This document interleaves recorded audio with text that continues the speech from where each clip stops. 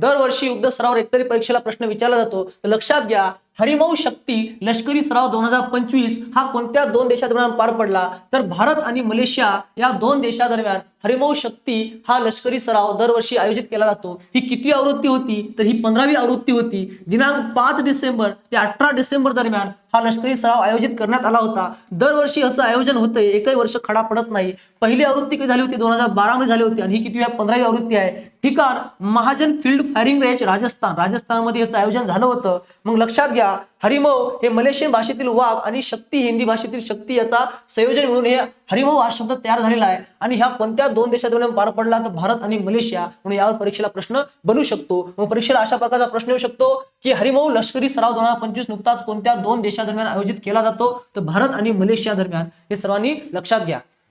त्यानंतर परीक्षेला अशाच प्रकारे जर तुम्हाला चालू घडामोडीच्या बिट्स आणि क्वेश्चन्स दररोजच्या रोज अपडेट्स पाहिजे असतील तर नवीन असतात आपल्या चॅनलला सबस्क्राईब करून ठेवा. तोपर्यंत धन्यवाद.